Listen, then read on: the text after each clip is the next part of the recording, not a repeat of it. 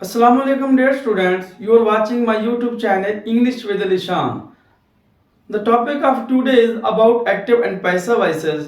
इससे पिछले लेक्चर में हमने एक्टिव पैसिव वॉइस का एक रूल और स्ट्रक्चर डिस्कस किया था कि जितने भी सेंटेंसेस हैं जो एक्टिव वॉइस के हैं उसको पैसिव वॉइस में कैसे चेंज करते हैं, और मुझे उम्मीद है कि आपने उसको अच्छे से समझा होगा। उसके बाद नेक्स्ट जो आज का लेक्चर है इसमें हम देखेंगे कि कौन सा जो फिक्रा है, सेंटेंस है, वो पैसिव वॉइस में चेंज हो सकता है। तो आज हम स्पेसिफिकली डिस्कस करेंगे इंडेफिनिट टेंसेस को। इंडेफिनिट के हमारे पास तीन टेंस है, प्रेजेंट इंडेफिनिट, पास्ट इंडेफिनिट और फ्यूचर इंडेफिनिट। इन तीनों को हम एक ही साथ डिस्कस करेंगे और आई होप कि जब आप इस लेक्चर को पूरा देखेंगे और समझेंगे आपको बनाना बड़े इजीली आ जाएगा।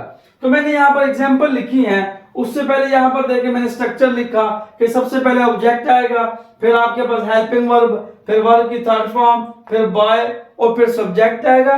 सब्जेक्ट की ऑब्जेक्टिव केस आएगा।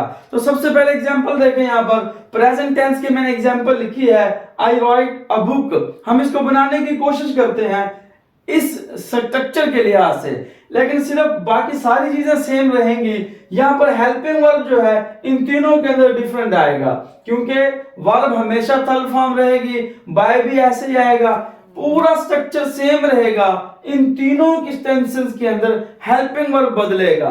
जब प्रेजेंट होगा तो हेल्पिंग वर्ब और होगा, जब पास्ट बनाएंगे तो हेल्पिंग वर्ब और होगा, जब फ्यूचर बनाएंगे तो हेल्पिंग वर्ब और होगा। स्ट्रक्चर सेम रहेगा, हेल्पिंग वर्ब बदलता रहेगा।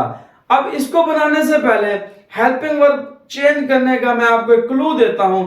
जब भी इंडेफिनिट के टेंसेस बनाएंगे, जब भी किसी इंडेफिनिट टेंस की पैसिव वॉइस बनाएंगे, तो याद रखना इंडेफिनिट टेंस के बाद हमारे पास टेंस आता है कंटिन्यूअस टेंस। जब हम इंडेफिनिट टेंस की पैसिव वॉइस बनाएंगे तो इसके अंदर हेल्पिंग वर्ब कंटिन्यूअस के बनाए यूज करेंगे। फॉर एग्जांपल, अगर हमारे पास प्रेजेंट इंडेफिनिट टेंस आता है कि इसकी पैसिव वॉइस बनाओ, तो हम इसके अंदर हेल्पिंग वर्ब प्रेजेंट कंटिन्यूअस का लेंगे, जो कि वो इज, एम, आर है। अगर हमारे पास टेंस है पास्ट इंडेफिनिट कि इसकी पैसिव वॉइस बनाए, तो हम हेल्पिंग वर्ब यूज करेंगे पास्ट कंटिन्यूअस का, जो कि वाज और वर है। अगर हमारे पास फ्यूचर इंडेफिनिट आता है कि इसकी पैसिव वॉइस बनाओ, तो इसका जो कंटिन्यूअस का टेंस होगा उसकी हेल्पिंग वर्ब होगी विल बी और शैल बी, वो यूज करेंगे। आई होप आपको समझ आया होगा। मैं दोबारा अपनी बात को रिपीट करता हूं कि जब भी इंडेफिनिट टेंसेस की पैसिव वॉइस बनाएंगे तो आपने हेल्पिंग वर्ब इंडेफिनिट टेंस से अगला जो कंटीन्यूअस का टेंस है उसके हेल्पिंग वर्ब यूज करेंगे। आइए देखते हैं। मैंने यहाँ पर एग्जांपल लिखी, आई राइट अ बुक। ये टेंस का स्ट्रक्चर बता रहा है कि प्रेजेंट इंडेफिनिट से लिया गया है। अब मैं इसको बनाऊंगा पैसिव वॉइस के अंदर, इस स्ट्रक्चर को यूज करना है। सबसे पहले आपके पास ऑब्जेक्ट आ जाएगा अ बुक। अब यहां पर मैंने हेल्पिंग वर्ब लगाना है। मैंने अभी आपको बात बताई, अगर ये प्रेजेंट इंडेफिनिट है तो हेल्पिंग वर्ब यूज करेंगे प्रेजेंट कंटीन्यूअस के। अब आपको पता है वो इज, एम, आर का यूज करते हैं, तो सिंगुलर आ गया तो यहां आ जाएगा इज।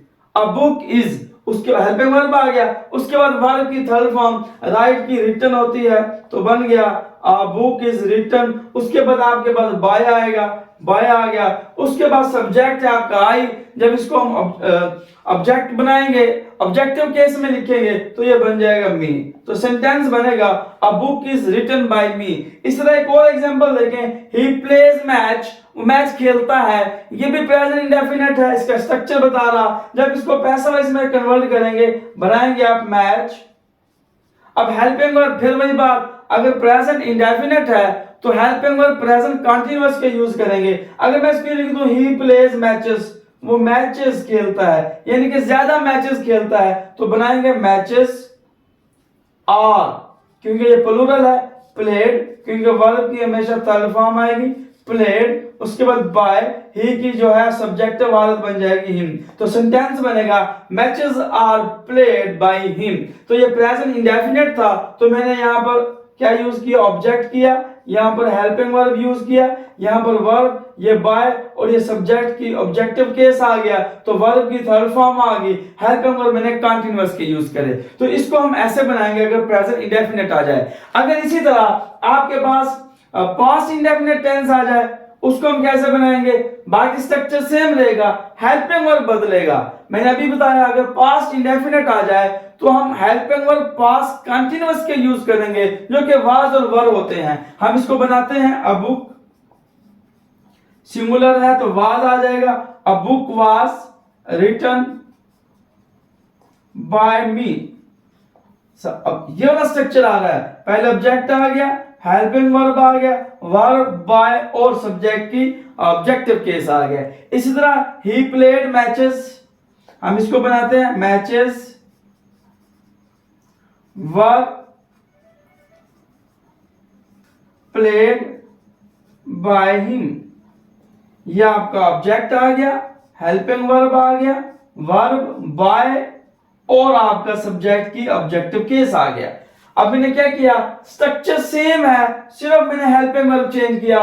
पास्ट इंडेफिनिट था तो पास्ट कंटीन्यूअस के मैंने हेल्पिंग वर्ब यूज कर लिए। इसी तरह जब हम फ्यूचर इंडेफिनिट का बनाएंगे तो इसमें हेल्पिंग वर्ब फ्यूचर कंटीन्यूअस के यूज करेंगे। तो देखते हैं, आई चीज राइट अ बुक, तो ये बन जाएगा a book will be written by me. यह आपका object, helping verb, verb by और ऑब्जेक्टिव केस। इसी तरह हम बनाते हैं इसका, ही विल प्ले मैच, तो बन जाएगा match will be played by him. तो ये आपके पास ही इंडेफिनिट की पैसिव वॉइसेस थी। तो मैं एक बात को इसको सम अप करता हूं अपने लेक्चर को। आज हमने पास्ट इंडेफिनिट को पढ़ा, इंडेफिनिट को पढ़ा जिसमें प्रेजेंट